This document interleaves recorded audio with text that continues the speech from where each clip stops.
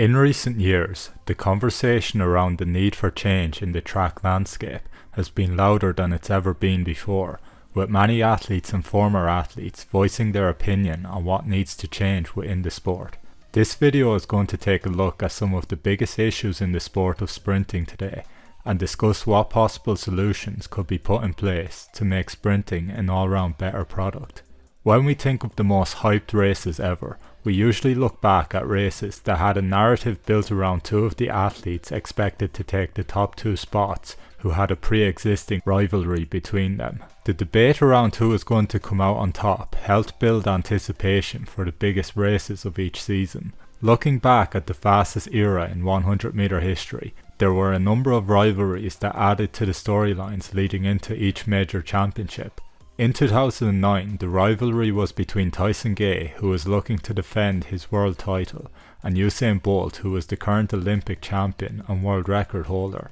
In 2012, the rivalry was between Usain Bolt and Johan Blake, with some people thinking Blake could win, given that he had already beaten Bolt earlier that season. Starting in 2013 and stretching until 2017, the rivalry was between Bolt and Justin Gatlin, who finished second to Bolt in 3 consecutive finals before Gatlin eventually beat him in 2017. Something that could benefit the sport is creating a framework that puts the spotlight on these rivalries and ensures that the best athletes have to race each other multiple times throughout the season, rather than the current situation where the most desired matchups are sometimes lucky to happen once per year. When watching the major championships each season, it's easy to wonder how sprinting isn't more popular, since it provides a level of excitement that can't really be compared to other sports. Among many team sports, skill isn't the only determining factor in how popular a player is among the fans, with their speed also playing a large part in how much hype a player receives and how much traction their highlight clips garner. With speed being such a key component when it comes to superstars in team sports, it begs the question why more sports fans aren't eager to watch the actual fastest men in the world showcasing their speed. In my opinion, to take sprinting from its current niche appeal to being a sport that has mainstream appeal to general sports fans, something drastically different needs to be tried, and I think the solution might just be a circuit that focuses only on 1v1 races. Initially, I think it should just be the 100-meter event that's included in a 1v1 circuit, to make things as simple as possible for new viewers to follow along with. Since the explosiveness of the 100 meters resembles the shorter sprint distances in team sports, general sports fans may quickly buy into it. With 1v1 races, it allows for a meeting where 30 athletes are competing, which facilitates 15 races if each athlete races once, and even more if athletes race twice. Having an added volume of races means that the audience who are now attending solely to see 100-meter races can be treated to 15 races instead of the one single 100-meter race you get to see at a Diamond League meet. In the days of the Golden League, meetings used to have both men and women's 100 and 200 meters, but since the inception of the Diamond League, only one of each happens at a given meet, meaning you won't see both the men and women's 100 meters at the same meeting. NFL fans are happy to sit through a game that lasts over 3 hours on average for only 11 minutes of ball and play time on average. Considering a large percentage of this ball and play time will consist of plays in which either little or no advancement is made, the actual percentage of ball and play time with exciting plays will be even smaller. If there was a 100-meter meet that had 10 men's races and 10 women's races lasting an average of 10.5 seconds per race, the total race time would amount to 3 minutes 30 seconds, with all races fitting within a 3-hour time schedule. As things stand, athletics meets only give a few seconds of value to fans who watch or attend specifically to see the sprints. Lumping together so many different events that have little to no relationship with each other isn't the most optimal way to appeal to fans, except maybe for the major championships once per year, when people will watch some events they don't usually watch. An idea for how to format a 1v1 circuit would be to form a Premier League of the 8 best male and 8 best female sprinters, who will compete in 7 weeks of league fixtures, followed by a meet for the semi-final and final. The Diamond League this season will have 15 meetings, but with the current format, athletes just pick and choose which races they want to enter, meaning that having several of the top athletes competing at a given meet is a luxury. With my proposed system, each athlete has to sign a guarantee that they'll compete in all 8 weeks of the competition to maintain the competition's integrity, and if they pull out of a race, they'll get 0 points, but a substitute athlete will be put on standby to race in their place. The opponent will still have to race the substitute athlete, but there will be enough of a gulf in class that it's a likely formality for the non-substitute to win, but they'll still have to complete the race so that they don't get the advantage over the other athletes of having a rest instead of a race. I think it would be best if each athlete ran twice per night with a 90-minute break in between. This would mean that each athlete will get to face each other twice during the 7 weeks of league racing. Having each athlete face each other twice would allow the chance for greater rivalries to build, since the loser of the first clash would have their chance to get revenge just a few weeks later.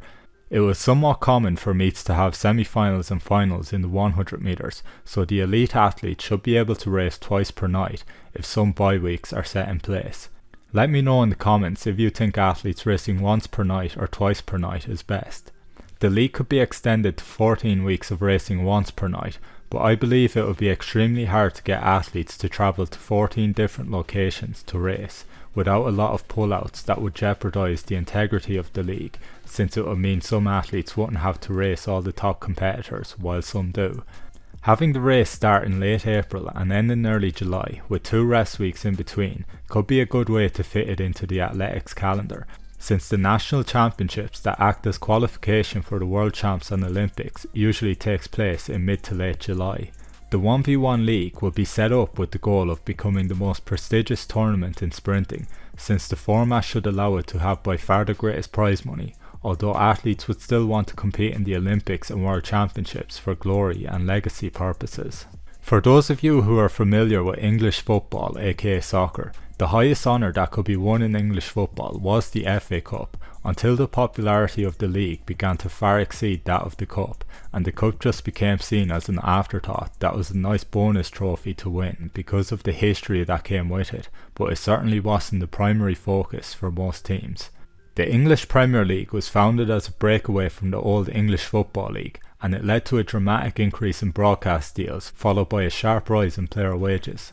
Not too dissimilar, the European Super League attempted to form another breakaway league, this time consisting of the most marketable clubs in Europe. If sprinting wants to see change and reach its true audience potential, I think a new league needs to be formed as a breakaway from world athletics, and if some wealthy investors decided to put money towards it, I think they could find it to be a goldmine. With the Diamond League being seen as the top tier circuit in athletics, and the Continental Gold Tour being seen as the second tier circuit, the same 2-tier system could apply to the league system I'm proposing, with the 9th to 16th best 100 meter sprinters in the world also competing in their own league, with this second circuit having different meeting locations. Since these races would still boast the talent level you would see in a world semi-final, it would still create a highly competitive league that people would like to watch. Since these 2 leagues would only take the 16 best athletes in the world, there would still be the possibility of creating a 3rd-tier league, meaning the top 24 athletes all get the title of being legitimate professionals on a guaranteed payment,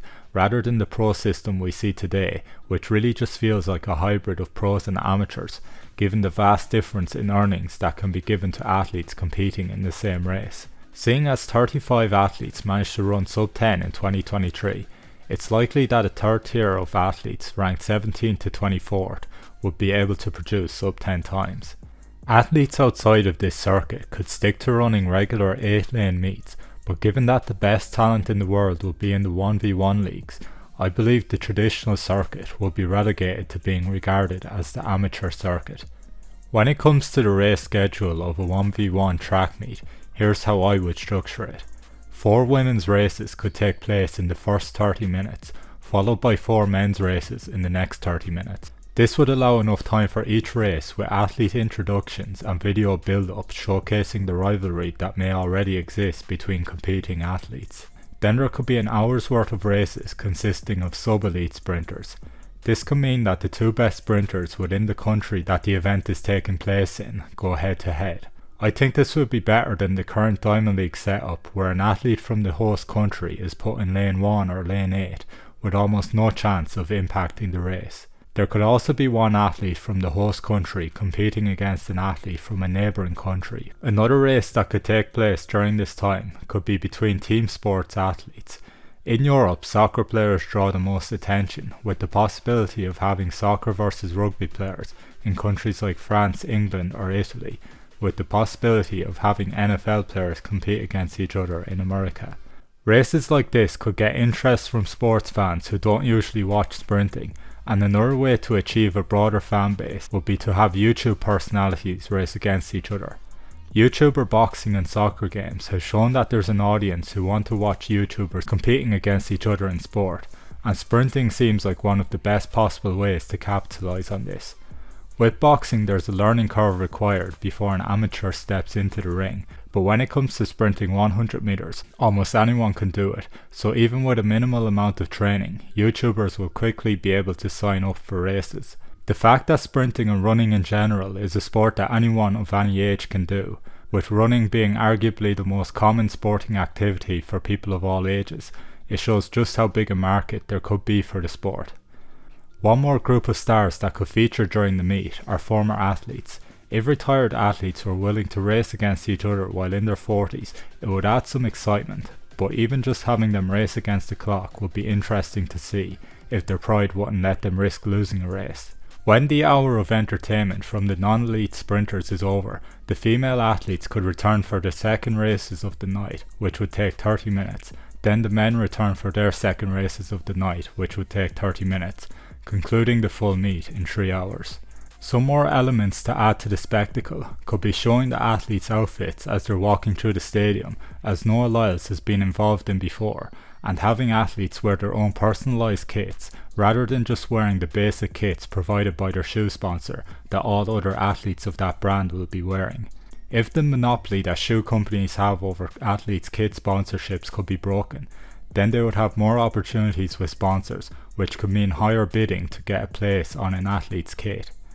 The athletes could also benefit from nicknames and having graphics or CGI showing them in simulated circumstances and giving them a superhero type aura to appeal to younger audiences. At the press conference prior to the meet, there could also be a face-off to add boxing style drama and give an opportunity for the athletes to talk a bit of trash if they feel their opponent hasn't got a chance. What made the race for the world's fastest man title between Michael Johnson and Donovan Bailey so anticipated was that they both made it clear that they disliked each other, and there was $1 million on the line, as well as the loser's pride, with both men being outspoken in the belief they would win. With regards to athletes progressing to the league semi-finals and finals, the 4 athletes who have achieved the most wins will progress to the semi-finals, and there would also be the possibility of a relegation playoff between the 7th and 8th place athletes, with the loser of the race losing their invitation to the Premier League the following year, with the winner of the second division gaining promotion.